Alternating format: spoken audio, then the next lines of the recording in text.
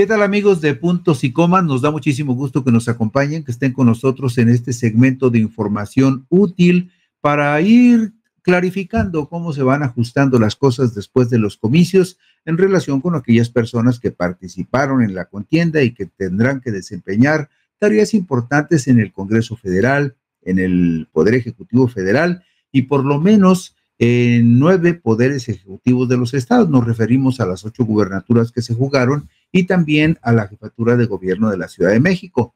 Lo que he podido observar en las últimas semanas es que también hay mucha inquietud del auditorio, de la audiencia, para saber exactamente cuándo se supone que son las tomas de posición de algunos de los candidatos que ganaron. Por ejemplo, la gente se pregunta por qué se han tardado tanto en el tribunal en darle la constancia de presidenta electa a Claudia Sheinbaum Pardo. Igual también la gente se pregunta por qué no han sido asignados ya los diputados de representación proporcional y los senadores de lista nacional que están pendientes para que quede claro si el partido Morena y sus aliados lograron la mayoría calificada en las 2 cámaras que integran el Congreso de la Unión.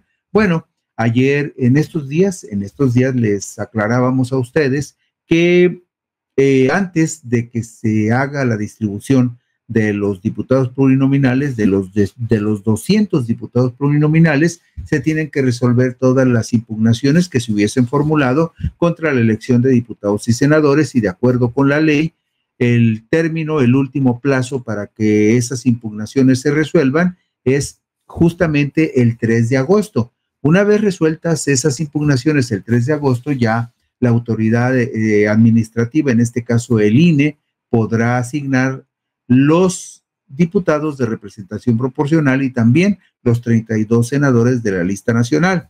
Por otro lado, de acuerdo con la ley, el último plazo para que se resuelvan las impugnaciones para la elección de presidente es el 31 de agosto.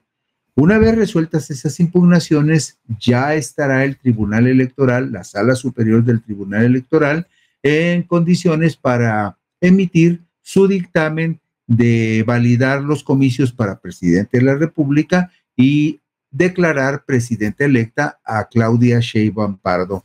Usualmente esta declaratoria ocurre en los últimos días de agosto, pero el último plazo para que el tribunal declare presidenta electa a Claudia Sheinbaum es el 6 de septiembre.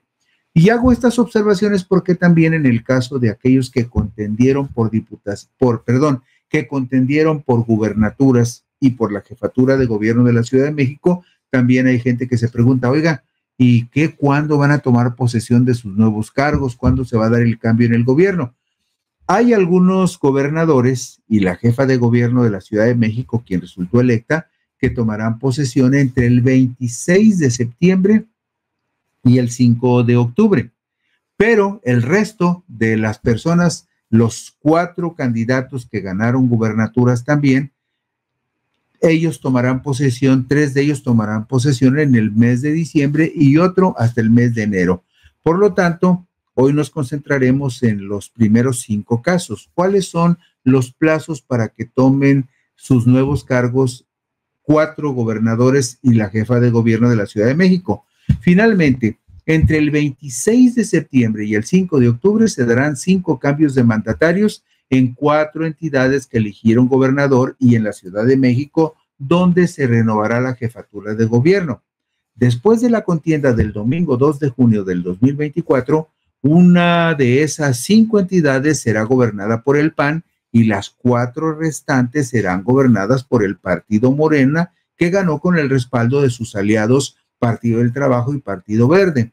Entre esas fechas, entre el 26 de septiembre y el 5 de octubre, tomarán posesión de sus cargos los nuevos depositarios de los poderes ejecutivos, escuche usted, en Guanajuato, en Morelos, en Tabasco, en Yucatán y en la Ciudad de México. Si Luis nos hace el favor de poner la diapositiva número 2, veremos ahí los detalles de lo que les estoy comentando. Por ejemplo, en Guanajuato, el actual mandatario de Guanajuato es Diego Sinué Rodríguez Vallejo del Partido Acción Nacional, pero el jueves 26 de septiembre del 2024 tendrá que tomar posesión de su cargo Livia Denise García Muñoz Ledo, también del Partido Acción Nacional, que ganó la gubernatura de Guanajuato. Luego, en el caso de Morelos, en el estado de Morelos, el cambio de gobierno va a ser el martes 1 de octubre del 2024. Martes 1 de octubre del 2024. Justamente el mismo día también en que tomará posesión de su cargo la nueva presidenta de la República, Claudia Sheinbaum Pardo. Pero en este caso, el martes 1 de octubre del 2024 tomarán posesión de sus cargos la nueva gobernadora de Morelos, el nuevo gobernador de Tabasco y el nuevo gobernador de Yucatán. En el estado de Morelos terminará su gestión Cuauhtémoc Blanco Bravo y tomará el relevo en el estado de Morelos a partir del martes 1 de octubre Margarita González Arabia. Margarita llegó al cargo apoyada, como ya lo saben ustedes, por la coalición Morena, Partido del Trabajo, Partido Verde, pero también tuvo el respaldo de algunos partidos estatales, como por ejemplo el Partido Nueva Alianza, el Partido Encuentro Solidario y un partido estatal que se llama Más por Morelos. En el caso de Tabasco, quien termina su gestión en Tabasco es Carlos Manuel Merino Campos, también del Partido Morena, y él será relevado por otro morenista, por Javier May Rodríguez, el martes 1 de octubre. May Rodríguez llegó apoyado por la coalición Morena PT Partido Verde. En el caso de Yucatán es muy especial porque esa gubernatura la tenía el Partido Acción Nacional. Mauricio Vila Dosal fue el gobernador que estuvo al frente del Poder Ejecutivo en Yucatán los últimos 6 años. Y fíjese usted, Mauricio Vila Dosal fue en los 6 años que transcurrieron, desde el 2018 hasta el 2024, fue el gobernador panista mejor evaluado de toda la República. Sin embargo, el PAN perdió la gubernatura de Yucatán y la ganó Joaquín Jesús Díaz Mena, quien tuvo el respaldo de la coalición Morena PT Partido Verde y tomará posesión de la gubernatura de Yucatán el martes 1 de octubre del 2024. Y finalmente, de los que tomarán posesión entre septiembre y octubre, está también el caso de la nueva jefa de gobierno de la Ciudad de México, Clara Marina Brugada Molina. Clara Marina Brugada Molina tomará posesión el sábado 5 de octubre del 2024. Ella llegó apoyada por Morena, Partido del Trabajo y Partido Verde. Probablemente cuando Clara Marina Brugada tome posesión de su cargo, muy probablemente la acompañe Claudia Sheinbaum Pardo, porque Claudia Sheinbaum tomará posesión de la presidencia de la República el martes 1 de octubre. ¿Y quién entrega el poder en la Ciudad de México? Bueno, pues lo entregará Martí Batres Guadarrama, quien usted recordará sustituyó a Claudia Sheinbaum para que Claudia Sheinbaum pudiera contender en la disputa de la candidatura en Morena y después ser candidata a la presidencia de la República. Estos son los plazos para los cambios de gobierno en 4 gubernaturas y en la jefatura de gobierno. Jueves 26 de septiembre cambia el gobierno en Guanajuato. Martes 1 de octubre cambia gobierno en Morelos, Tabasco y Yucatán. Y sábado 5 de octubre del 2024, cambio de gobierno en la Ciudad de México. Y vemos en la diapositiva número 4 quiénes fueron los contendientes y cuáles fueron los porcentajes con los que se resolvió la gubernatura de Guanajuato. Usted ve ahí que Livia Denise García Muñoz Ledo, de la coalición PAN-PRI-PRD, obtuvo el triunfo en Guanajuato porque desde el principio, los resultados del conteo rápido le dieron una ventaja bastante cómoda, con un mínimo de 49 y un máximo de 52, y sobre la morenista Alma Eduviges Alcaraz Hernández. Y también los resultados del PREP le dieron una ventaja muy amplia a Livia Denise García Muñoz Ledo de 51.25% sobre Alma Eduviges Alcaraz de Morena PT Partido Verde, que apenas alcanzó el 40.86%. Algunos datos importantes de Guanajuato los vemos en la diapositiva número 5.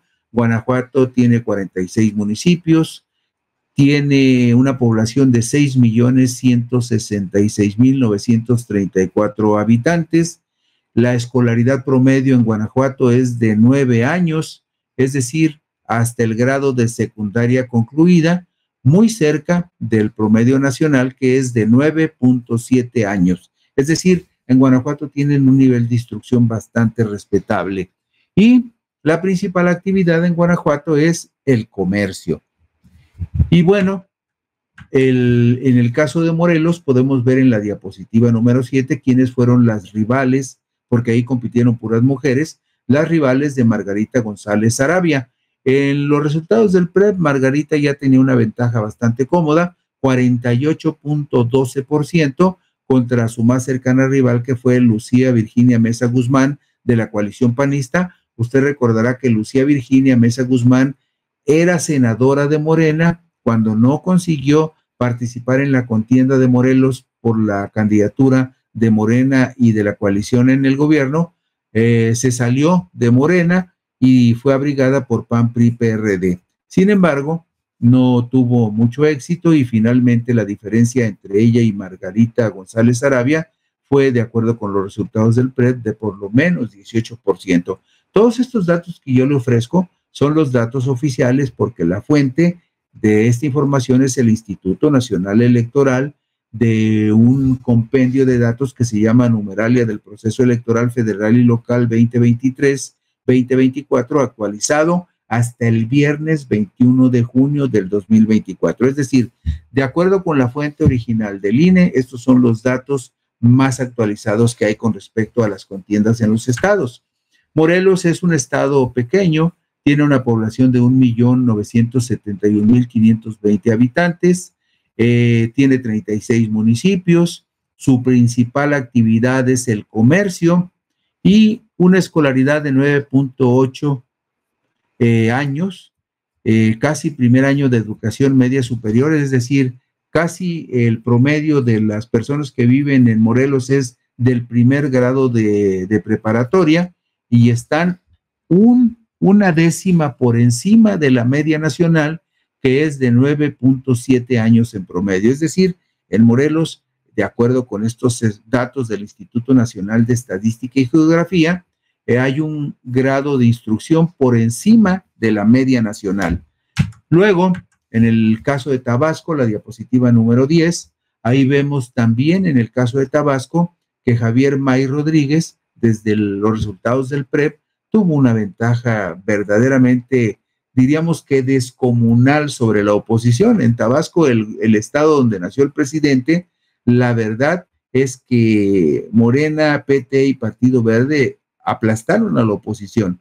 Javier May Rodríguez, de acuerdo con el resultado oficial del PREP en Tabasco, tenía 80.44% contra el 6.85% de su más cercano rival, Juan Manuel Fósil Pérez, del PRD.